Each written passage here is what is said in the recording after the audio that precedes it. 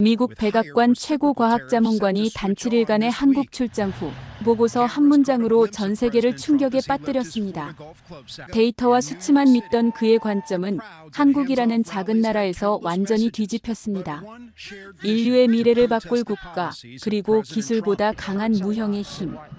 도대체 한국에서 무슨 일이 있었던 걸까요?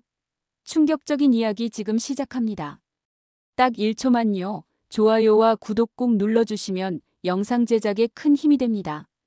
한국이라는 나라에 대해 저는 큰 기대가 없었습니다. 그저 숫자로 평가되는 작은 아시아 국가라고만 생각했죠. 일본의 기술력만 떠올렸던 저에게 한국은 비교 대상조차 아니었습니다. 하지만 단 일주일 후 백악관에 제출한 보고서 한 문장이 모든 걸 바꿔놓았습니다. 한국은 관세로 흔들 수 없는 나라입니다. 도대체 저는 한국에서 무엇을 본 걸까요? 안녕하세요. 저는 마이클 스펜서입니다. 현재 55살이며 미국 대통령의 과학기술 보좌관으로 활동하고 있습니다. 대통령의 특별한 지시에 따라 아시아 국가들의 기술력을 점검하고자 일본과 한국을 차례로 방문하게 됐습니다. 사실 저는 기술과 경제적 지표만으로 국가의 경쟁력을 판단하는 데 익숙한 사람이었습니다.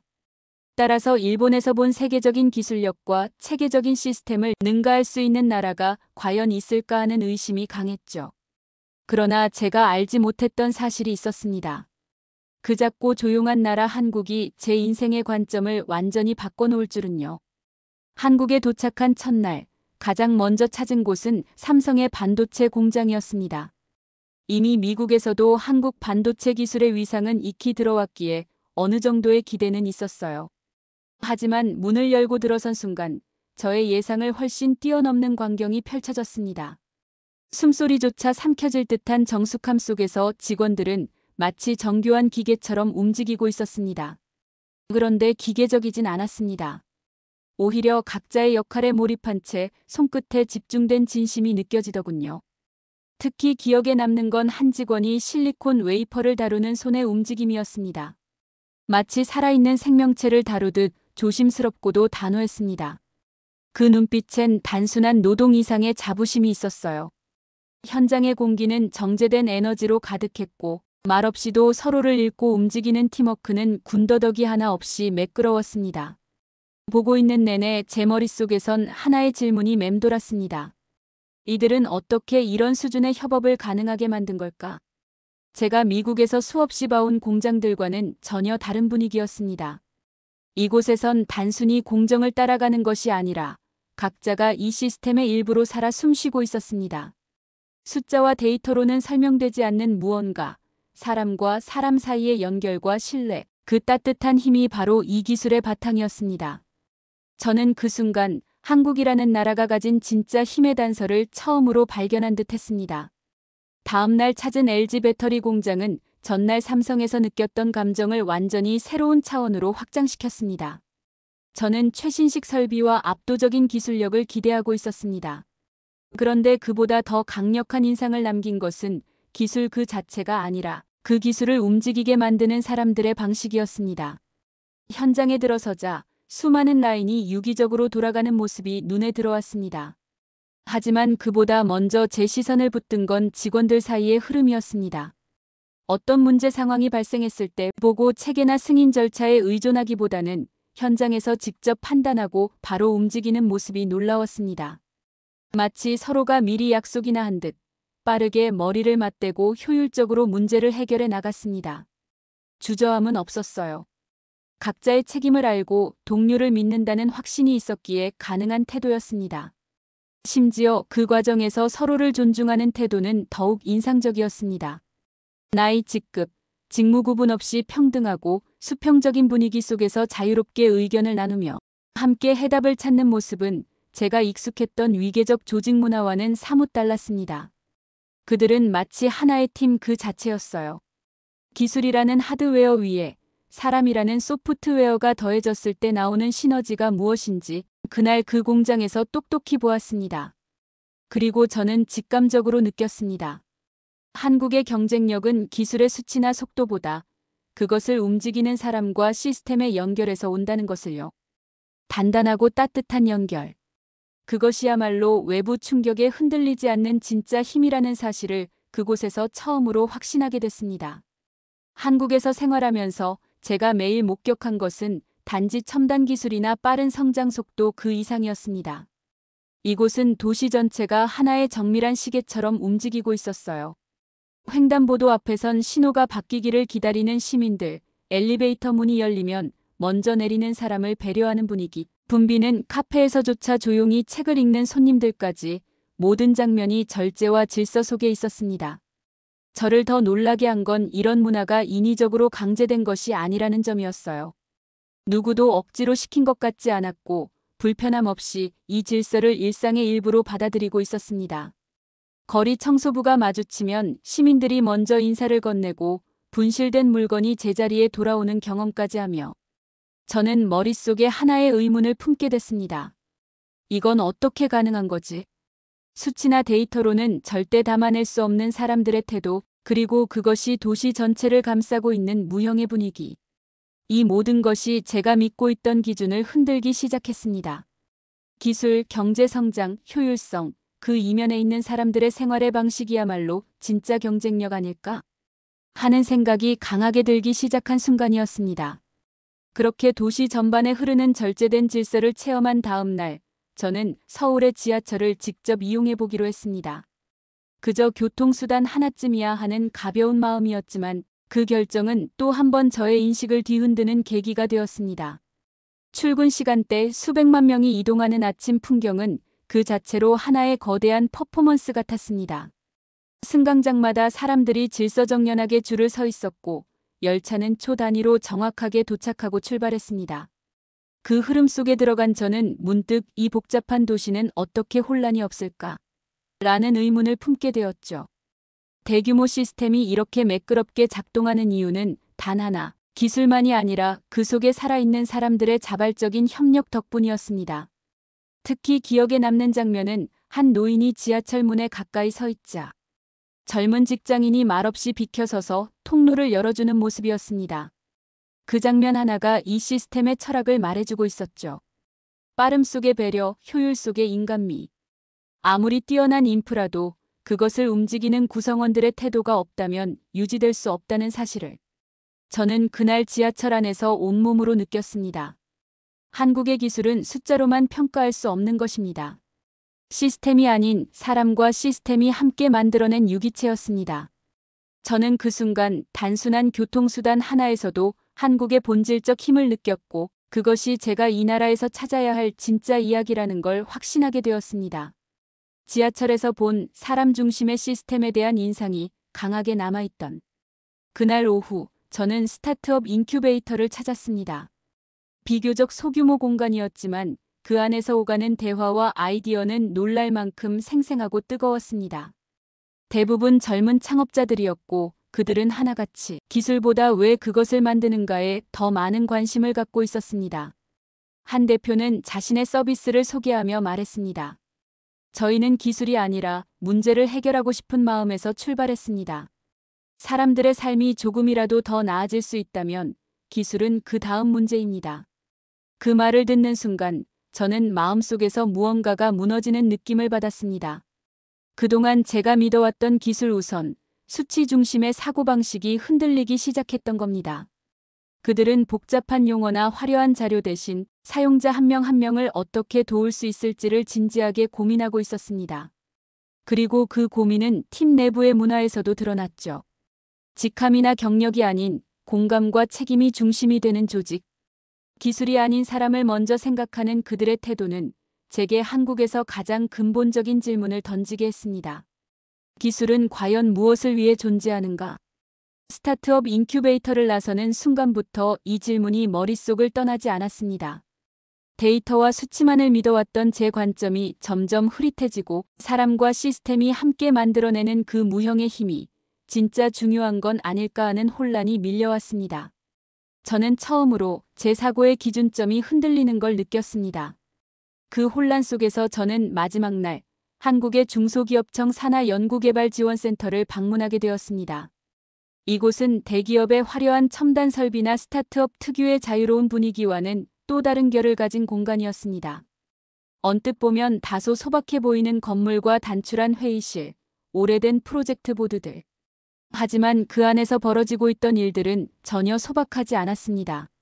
센터 측은 최근 리튬이온 배터리의 고온 안정성 문제를 해결하며 국내외 업체들과의 공동개발 계약을 체결했다고 소개했습니다. 그들이 설명한 해결 과정은 예상을 뛰어넘었습니다. 몇 명의 연구원이 함께 모여 주말도 반납한 채 반복 실험을 이어가던 중 한 평범한 실험실 기록 노트에서 단서를 찾아냈고 이를 바탕으로 전혀 새로운 알고리즘 조합을 시도했다고 합니다. 놀라운 점은 바로 그 과정의 분위기였습니다. 아이디어는 직급과 역할을 넘나들며 쏟아졌고 회의실은 철저한 질문과 피드백의 장으로 기능했습니다. 팀장이 막내 연구원의 실험 실패에서 힌트를 얻고 현장 기술자가 직접 수치를 재검토해 전체 방향을 바꾸는 식의 유연한 의사결정은 미국식 프로젝트 문화에 익숙한 제게는 낯설고도 인상 깊은 경험이었습니다. 그들은 결과를 만들어내기 위해 사람을 이끄는 것이 아니라 사람들 사이의 믿음을 기반으로 자연스럽게 합의를 만들고 있었습니다. 기술이란 결국 그 안에서 움직이는 사람들의 믿음과 연대, 그것을 가능하게 한 투명한 공유와 존중이 없었다면 성과도 없었을 겁니다. 그날 저는 단순히 성과가 아니라 그 성과를 가능케 한 철학을 본 것입니다. 한국의 진짜 힘은 단단한 기술도 빠른 속도도 아닌 서로를 믿고 연결하는 이 조용한 에너지라는 것을요. 제 머릿속에서 마지막까지 맞춰지지 않던 퍼즐 한 조각이 바로 그 순간 제자리로 들어간 듯한 감각이 찾아왔습니다. 그렇게 연구개발지원센터에서의 여운이 가시기도 전에 마지막 방문지로 향한 곳은 서울 외곽의 한 교육 스타트업이었습니다. 뜻밖이었죠. 과학기술보좌관인 제 직무와는 크게 관련 없어 보였기 때문입니다. 하지만 그곳에서 저는 예상치 못한 전환점을 맞이했습니다. 이 스타트업은 소외지역 학생들을 위한 온라인 학습 시스템을 개발하고 있었는데 단순한 콘텐츠 제공을 넘어 학습자의 행동 패턴과 감정까지 추적해 맞춤 피드백을 제공하는 시스템을 갖추고 있었어요. 그런데 정작 놀라운 건 그 기술이 아니라 이를 가능하게 만든 과정이었습니다. 기술 개발팀과 교육 전문가, 지역 교사, 심리 상담가까지 전혀 다른 분야의 사람들이 한 공간에서 끝없이 토론하고 실험하며 완성해낸 결과였습니다. 제가 인상 깊게 본 장면은 한 엔지니어가 학생 상담 데이터를 들고 교사에게 조언을 구하며 진지하게 메모를 하던 순간이었습니다. 기술자와 교사, 연구자 사이에 존재할 수 있는 경계는 이곳엔 없었어요. 그 경계가 없다는 것이야말로 이들이 만들어낸 혁신의 진짜 원동력이었습니다. 이들의 성과는 결코 우연이 아니었습니다. 다름을 연결하고 연결 위에 신뢰를 쌓는 것. 그 단단한 구조가 미국이 가진 시스템의 빈틈을 찔러온다는 걸 저는 똑똑히 느꼈습니다. 교육 스타트업에서의 마지막 일정이 끝나고 저는 느릿하게 공항으로 향했어요. 창밖으로 스쳐 지나가는 서울의 풍경은 처음 도착했을 때와는 전혀 다르게 느껴졌습니다. 눈앞에는 여전히 고층 빌딩과 바쁜 도로가 펼쳐졌지만 그 속엔 수많은 사람들의 조용한 연결이 살아 숨쉬고 있다는 것을 이제는 확실히 알 수 있었습니다.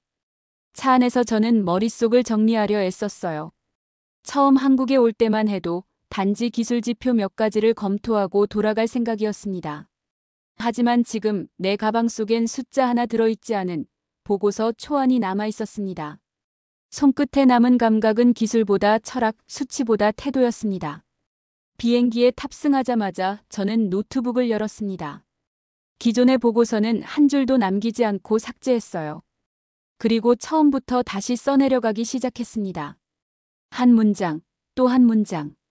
그 안에는 내가 본 한국의 진짜 장면들이 담겨 있었습니다. 연구소에서 주말을 반납한 연구원들, 교육 스타트업에서 아이들의 미래를 설계하던 교사들, 회의실에서 서로의 말을 끊지 않던 젊은 창업자들. 이들은 단지 일하는 사람이 아니라 연결된 사람들, 그리고 그 연결이 만들어낸 공동체였습니다. 기술은 도구이고 진짜 경쟁력은 그것을 움직이는 사람과 그들이 만들어낸 연결의 구조에 있다. 비행기가 태평양 상공을 넘고 있을 때 저는 문득 깨달았습니다. 지금 이 문서가 단지 백악관을 위한 보고서가 아니라 제 인생의 관점을 완전히 바꿔놓은 선언이라는 것을요. 그리고 어쩌면 이 작은 글이 누군가의 관점 또한 바꿔놓을 수 있을지도 모른다는 믿음이 생겼습니다. 미국에 도착하자마자 저는 곧장 백악관으로 향했습니다. 제 손에는 태평양을 건너오며 새롭게 쓴 보고서가 들려 있었고 마음 한구석은 여전히 불안과 확신 사이를 오가고 있었어요.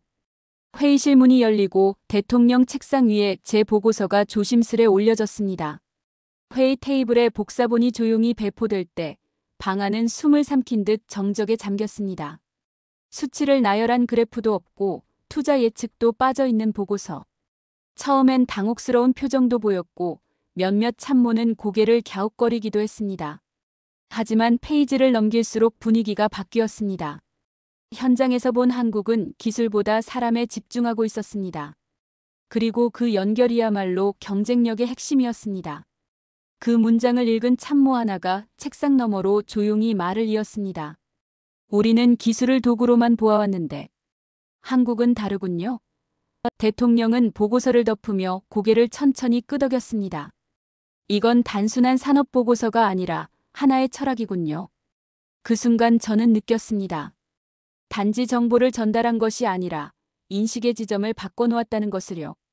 그렇게 한국이라는 나라의 진짜 힘, 사람, 연결, 철학, 그 모든 것에 대한 관점이 조용히 그러나 분명히 흔들리기 시작했어요. 회의가 끝나기 직전 대통령은 제게 한 가지 질문을 던졌습니다. 만약 우리가 이 관점을 받아들인다면 무엇부터 바뀌어야 할까요? 순간 저는 잠시 숨을 고른 뒤 천천히 입을 열었습니다. 사람을 믿고 시스템을 신뢰하는 문화부터 바뀌어야 합니다. 한국은 그 순서를 거꾸로 두지 않았습니다. 그게 핵심입니다. 그 말을 들은 참모 중 한 명이 조심스럽게 말을 이었습니다. 우린 늘 구조를 먼저 설계하고 그 안에 사람을 끼워 넣었죠. 반대여야 한단 거죠? 회의장은 잠시 조용해졌고 이내 메모하던 손들이 멈췄습니다. 숫자로 시작했던 이 회의가 결국 사람으로 마무리되고 있다는 사실에 저는 비로소 이 보고서가 하나의 방향을 만들어내고 있다는 걸 실감했습니다. 보고서가 전달한 메시지를 두고 회의실은 조용히 갈라졌습니다. 일부 참모들은 고개를 끄덕이며 새로운 관점을 받아들였지만 다른 이들은 숫자와 데이터가 빠진 문서를 불완전하다고 평가했습니다. 철학도 좋지만 설득은 데이터로 해야 하지 않습니까? 누군가 던진 그 말에 공기가 살짝 무거워졌습니다. 저는 그때 느꼈습니다. 이 보고서는 단순한 분석이 아니라 익숙함에 균열을 내는 도전이기도 하다는 것을요. 그 무거운 분위기 속에서 최고 전략가가 천천히 입을 열었습니다. 당신이 말하는 연결, 신뢰 시스템 좋습니다. 하지만 그게 정말 수치보다 앞서는 성과를 만든다고 믿습니까? 모두의 시선이 제게 쏠렸습니다. 저는 숨을 고른 뒤 짧고 분명하게 말했습니다. 네, 한국에서 확인했습니다.